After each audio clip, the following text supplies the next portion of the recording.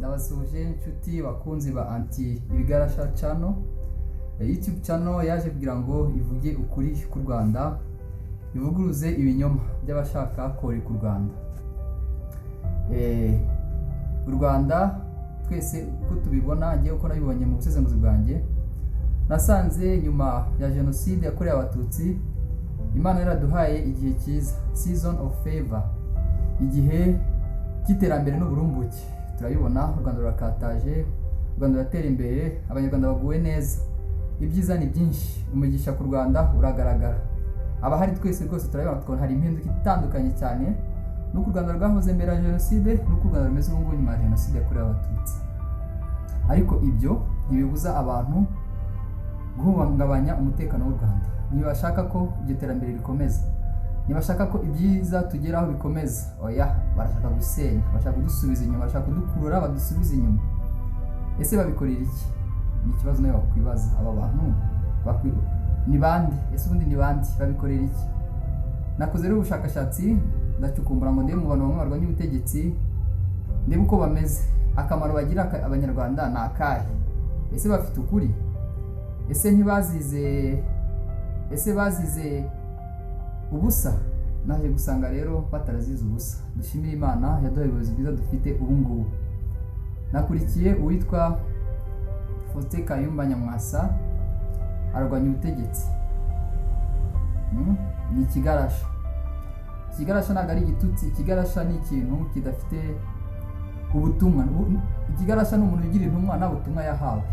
Ni nk'ikarita, mu makarita muzi ko habamo amakarita arya afite akamaro n'amakarita atarya. Nayo ni amakarita yose, ariko amwe ntabwo yaremewe umurimo wo kurya umukino. Nabo rero ntabwo Imana yabatoye, ntiyabahisemo. Barashaka icyubahiro ku ngufu, barashaka ubutegetsi ku ngufu. Iyo Imana yaguhaye ibintu iraguha. Kayumba rero Nyamwasa we namwibajijeho cyane, nkurikira amateka ye ngo ndebe se uyu muntu koko yagira abanyarwanda akamaro. Ndabicukumbura, naje kubacukumurira ibintu mbereke. Ni inkuru rero tubwirwa na Afande James Kabarebe wabanye na Kayumba Nyamwasa, kuko yaramwungirije, babanye kuva no mu gisirikare cy'Ubugande kigitangira. Ni nawe ngo muri kurutinzi barazanye, ariko yaje guhinduka. Dushima Imana rero kuba yaduha abayobozi beza nk'abo dufite. Nuza kumva amakuru ukamumenya, uramenya uwo ari we, kugira ngo umwirinde, kugira ngo urwanye ibikorwa bye bishaka guhungabanya igihugu cyacu cy'u Rwanda. Mukurikire rero. Mu bigaragara mu byo bavuze, James Kabarebe yavuze kuri Kayumba mu kimuranga n'iki, arashaka gukira vuba. Icyo ni icya mbere. Arashaka icyubahiro. Icyo ni icya kabiri. Ngo bari Bugande, ngo yaguze ipeti rya Suriyete. Si byo mpimba, muraza kubibona. Mbese yamenye gushugurika. Ashaka no gushugurika ubutegetsi. Tuzatereka n'abantu bashuguritse ubutegetsi, batabugiriye mu ndake nka Perezida Paul Kagame, badahanganye n'Abafaransa nka Perezida Paul Kagame, batahanganye n'Abazayirwa nka Perezida Paul Kagame, batahanganye n'amahanga igihe yacaga inkunga ku Rwanda. Mwese murabyibuka mu 2012 baca inkunga y'u Rwanda, akadushyira hamwe twese, akatubumbatira hamwe ngo twiheshe agaciro mu kigega cya Development Fund. Murumva ko Perezida Paul Kagame we arabimerita. Ni merite. Yarihanganye akamishasha, abandi bo oya.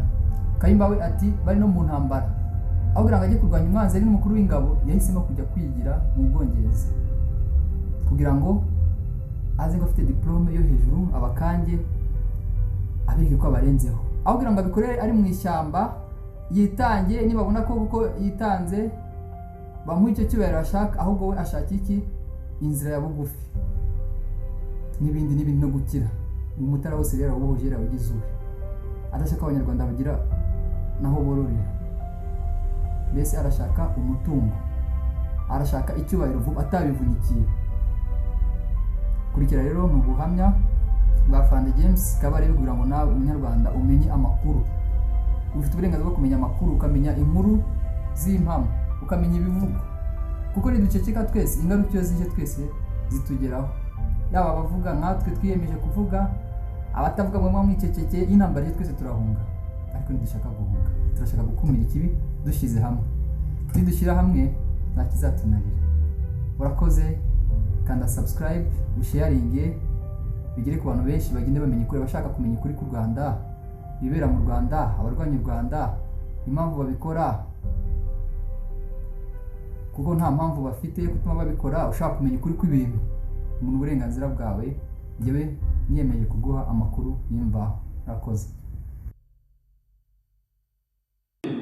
iyo tuvuga ubwitange bw'agapiye gukunda igihugu bitangana abantu barikana, ariko ntabwo babamo bikunda we abo bakaba bisanzwe nabo ngabo ubona n'ibindi bigaragara bari hanze rwose. Urumvikana iyo baje intambara irangiye guhagarika jenoside yabaye dufite ikibazo bajandaruye, sibyo? Abandi bose basimburwa kandi ntihagire n'ifunguro. Kayumba rero ni ndashima, ni umuhemu uturuka ku bunyamusozi n'uburere bukeya no kwikunda. Niyo mpamvu 1995 jenoside imirambo ikiri mu mujyi, Kayumba we yari mu bintu mu mazu arubaka amafamu Nyagatare yose, Umutara wose yafashe uzi gufata ahantu h'akarere ka Tanzania muri uru Rwanda mu karere gatoya ibihumbi bibiri n'ubwoko bibiri. Nibyo abashakisha ibyo yapfuye na sisitemu yacu yapfuye na perezida se wapfukira perezida icyo wapfa nawe ni gukora mu nyanja, nta kintu ni gukora mu nyanja. Hari amanyanga yakwemera igihe gitoya akurwaza ariko hari ibintu byaho atakwemera. Kayumba rero yageze kuri iyi ubahihanze bibiri hari impamvu y'icyemezo murayizi, hari impamvu y'icyemezo Kayumba ubwo yaratinze urumva ko yaramaze kubona byinshi, yaramaze kubona iko twakorana muri amaze kubona ikibazo cy'amashuri. Ubwo ingoye cyangwa se inyota n'ubusambo igihugu cyacu kitabuze ashaka ibintu. 2001 akandika kose atabwiriza akoranye n'umuzungukazi wari ushinzwe gutwara umunyamahanga n'ubwongereza yipangira kose. Twese tubasha kuvuga ngo yipangira kose, hari umusirikare wipangira kose, yipangira kose abifashijwe n'umuzungukazi, abifashijwe n'igihugu cy'abaturage. Dore ko buri munsi nageze aho mbabwirite mbajijwe dore icyo gusaba buri munsi akambwira ko yavuganye na perezida w'igihugu cy'igihugu. Nambaza ariko uzi kuri icyo gusaba n'ingabo z'igihugu, wowe ushobora kuvugana na perezida w'igihugu kuri icyo gusaba z'igihugu, ukamubona icyo wari ukamucaho ukavugana na komande cy'ingabo z'igihugu mukavugana. Afite ibibazo ubu umuntu ari gukora kugera afite ibibazo utabumva ko nyine aricyo bameze hirya, ariko abona ko bitari ngombwa, bitari byo kuba umukuru w'ingabo z'igihugu cy'u Rwanda yakuvugana n'umuperezida w'igihugu cy'igituranyi noneho utazi ibyo bavuga, ariko myaka tubeshya ati ni ibintu bitari byiza. Ubwo urumva ko ari icyo bashaka. Icyo gihe agiye ibintu harimo agiye kujya muri iyo kose yashobokanye n'uwo muzungukazi ubaye w'umuhanga. Nari hano mu majyaruguru muri aka karere muri ubu burere Nyabihu, Musanze n'u Rwanda rw'Abategetsi, ari nabwo twabarangije bwa nyuma dufata abantu imbere n'abandi. Kayumba ari muri leta y'amajoro ahamagara ngo usigare mu rugo, ati ngo usigare mu rugo, ati kuko njyewe ejo nzagenda ujya kwiga, azajya kwiga. Ariko sikari koko usize igihugu cyatewe uje gusa ugiye kwiga kwiga neza. Akibaza ko intambara zo mu Rwanda zizarangira, akibaza ko uzarangiza intambara zo mu Rwanda mu birahuri. Ibyo byose njye ntabwo bibuze, ntabwo ari buze mwereka amajoro ushaka kuwusigira yewe na mumano mu Rwanda rw'Afurika yafashije aragenda agera mu Bwongereza ibyo yakoze mu Bwongereza yakoreraga mu Bufaransa abahabaga mu gihugu cy'abaturanyi bajya ku muriro bagakorana inama ibyo byose byaganishaga aho we yari amaze kugira uko yagendaga azamuka na ya nyota of course inyota y'ubucuruzi assistant administrator mu provinsi y'amajyaruguru y'Uganda yitwa Ruguru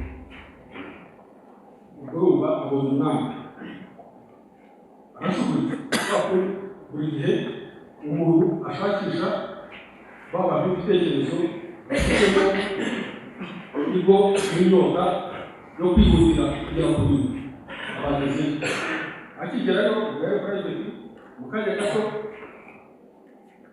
ababonye udufaranga muri Uganda yarashobokaga aragenda muri jewa akagare kasuri barakabona akaguze barakabona abandi twapfiriye twagiye kuri za kadete turahenya turapfa